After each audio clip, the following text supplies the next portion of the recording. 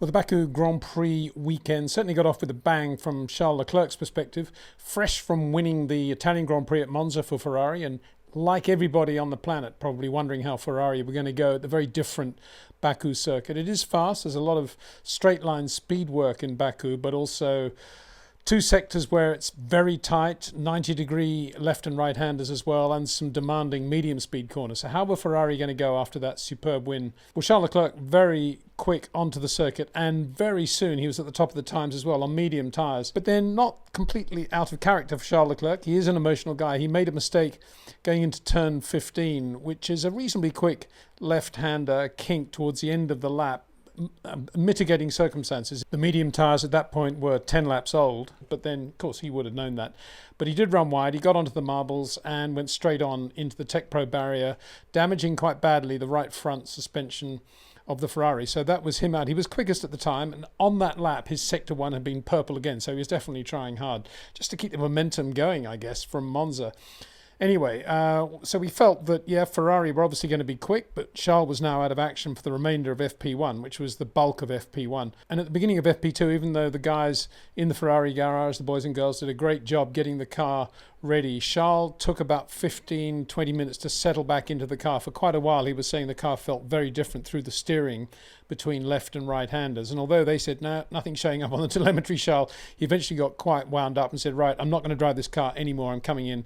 Let's do a reset. And they did a reset and he went out. And by then, of course, he lost so much time that he wasn't able to do any full tank running. And he went out on mediums initially, and then he went out on a set of soft tyres to do a time to see what he could do in the Ferrari. The track, of course, is pretty crowded at that point because a lot of runners were already into their full tank runs.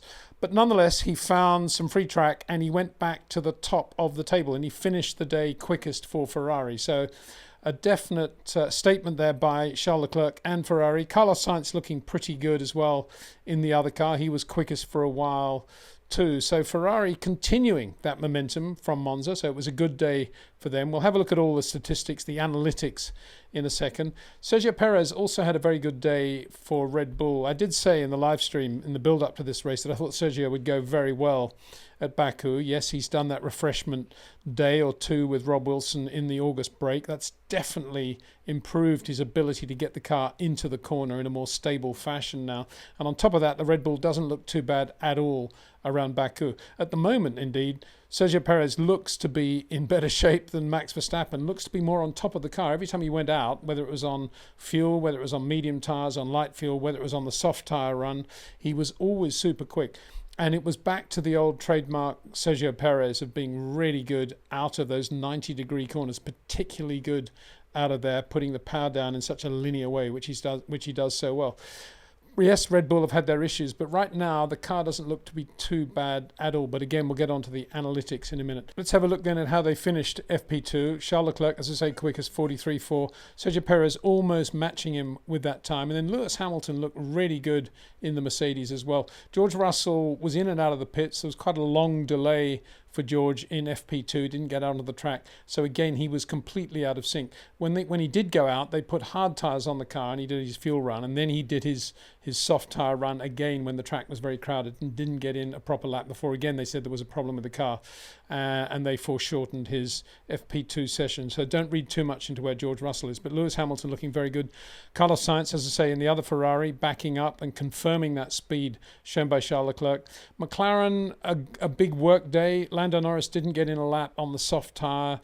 Oscar Piastri looked pretty good in all dimensions, whether it be the slowest of the sectors, and indeed McLaren not too bad in Piastri's hands in the fast section as well. As I say, Lando didn't get in a run, so we shouldn't look at his top speed with too much sincerity either. Max Verstappen, yeah, scratching around, complaining of things like sun in the eyes in FP2, which of course is a problem for everyone, but getting particularly irascible about that, and a couple of times running on in the braking area, didn't hit anything. There was one moment where he just sort of locked up and just stopped short of a barrier and had to reverse out of that one. The other ones he went down the escape road. So not looking that comfortable for Max at the moment, although he was quickest in FP1 right at the end, doing a really good job.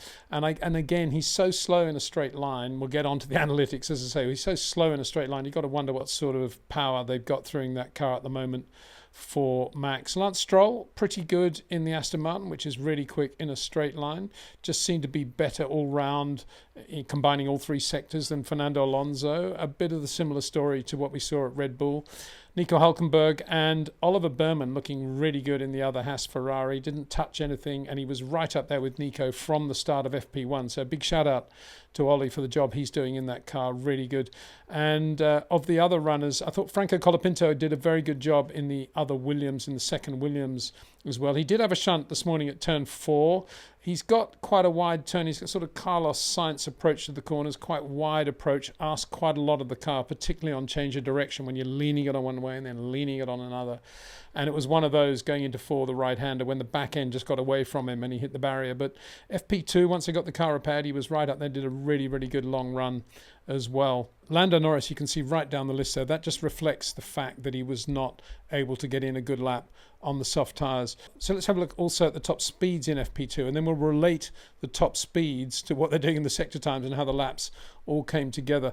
The speed trap here is just after the kink before the beginning of the main straight, so they're still accelerating there. This is the speed they were doing as they went over the start-finish line, which is just before the braking area into turn 1. So, well, not just before, but it's a little bit before the braking area into turn 1. So they're at terminal velocity there. So this is pretty representative of where they are in terms of downforce. They're running downforce equals drag, of course, but on top of that, how much the teams have gone. Some teams have come to Baku with less relative downforce to others. So Aston Martin, as I say, really quick in a straight line. We haven't seen that for a long time this year in 2024, but Fernando Alonso actually quickest through the speed trap at 3:47, and Lance Stroll backing that up as well. He was quick, 3:45. The Williams, again, quick. Often they are very quick through the trap. Albon 3:46. The Saubers, again, very quick. That's just a reflection of not much downforce, trying to crank on downforce, but has not much effect. So you can see how good they are in a straight line. Guan Yu Zhou, who is very slow in the other two sectors, not too bad at all over the start-finish line. And then we come to the McLarens and the Red Bulls. Lando Norris 3:46, Oscar Piastri 3:42, which would suggest that Lando's running less wing. And over the lap, that's probably why he's a little bit slower than Oscar Piastri. He doesn't have the same amount of downforce. And then look at Sergio Perez 3:41 and Max Verstappen 3:38. Now to the really interesting one, I think, which is unique to Baku, given the nature of the three sectors of Baku. Sector 1 is all about high-speed braking. It's about traction. It's about change of direction to some extent. And it's also about some top speed. There is a DRS zone in Sector 1. Sector 2 is very, very tight. Requires a lot of precision from the driver and the car, change of direction, narrow pieces of road, very, very precise braking as well. Sector 3 is medium, high-speed corners and all about terminal velocity and speed through the air. Just a reminder that the speeds we saw there are through the over the start-finish line, which is very near the braking area into turn 1. So if we combine the three sectors, it gives us an idea of where we're going for the weekend. Obviously, there are anomalies. Obviously, there are variables, traffic, accidents, delays in the garage, all of which need to be filtered in. But there are some patterns here. And those numbers, 01, 04, 05, next to Charles Leclerc, reflect where he was in terms of position in all three sectors. In other words, he was quickest in Sector 1, he was 4th in Sector 2, and 5th in Sector 3. So he's in the top 10 in all three sectors, in other words, for an average position of 3.3, which was matched, interestingly, by Lewis Hamilton, who was very quick in the straight line and was quick in Sector 3. You can see there he's second in Sector 3. And he was pretty good in Sectors 1 and 2 as well, 3rd and 5th.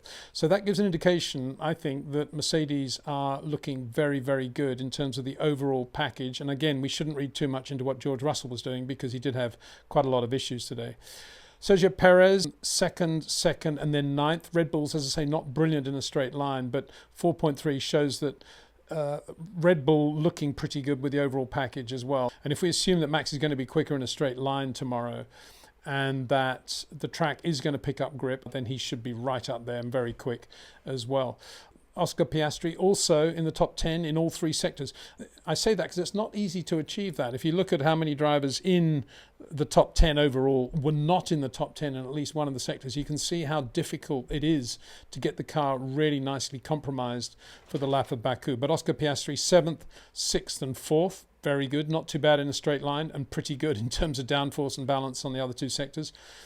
Carlos Sainz similarly good in sectors 1 and 2, but then you could say Ferrari not quite as good in his case through the air in sector 3. So that may be telling in the race as well. And Lance Stroll, if you look there, very good average between the 3 sectors as well, and quickest. And a lot of that 7.6 in terms of his final average comes from being quickest in a straight line in sector 3. But let's just have a look at the long runs they did as well. I'm not including anything from Charles Leclerc there because, as I say, he did go out on mediums, but it wasn't really with a representative fuel load, and he only did 2 or 3 laps anyway. But these are, from the top runners, these are the representative runs. Sergio Perez, I put Max alongside Sergio, so you can see how well Sergio is driving at the moment. 49.1, 48.9, 48.5. I mean, there's 1, 2, 3 laps in the 48s, and Max does 1 lap in the 48s, and quite a lot in the 50s. So quite a big difference between Perez and Max today. But again,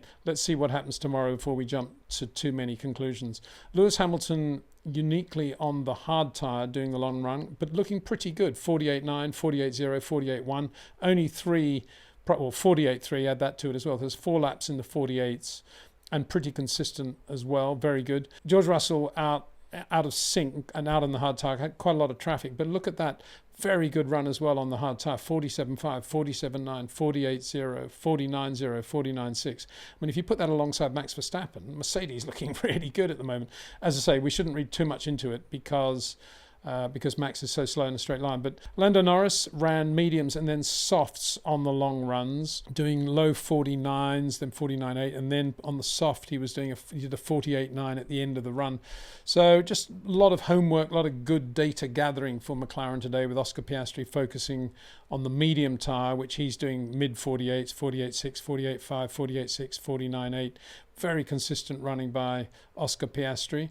And then finally, Carlos Sainz. Look at the consistency of Carlos Sainz, who did have a couple of moments as well as Charles Leclerc in the Ferrari. 49.8, 49.8, 48.8, 49.1, 49.1, 49.1, 48.5. Very impressive from Carlos Sainz. I think he's the driver. On the live stream, I was asked to predict what might happen, and I think I said I thought Carlos Sainz might win this weekend, but long way to go yet before we see that, of course. In the meantime, a big thanks to Jetcraft, to OEM Exclusive, and to TrackNinja. And finally, a big welcome to our new viewers of our new channel, which is the Peter Windsor Brazil channel, spelt with an S, the correct spelling by the Portuguese in Brazil for their country. It's all in Portuguese, and this will be the first video going out. So big welcome to our Brazilian fans, and hope you enjoy the show. Look forward to qualifying tomorrow. See you then.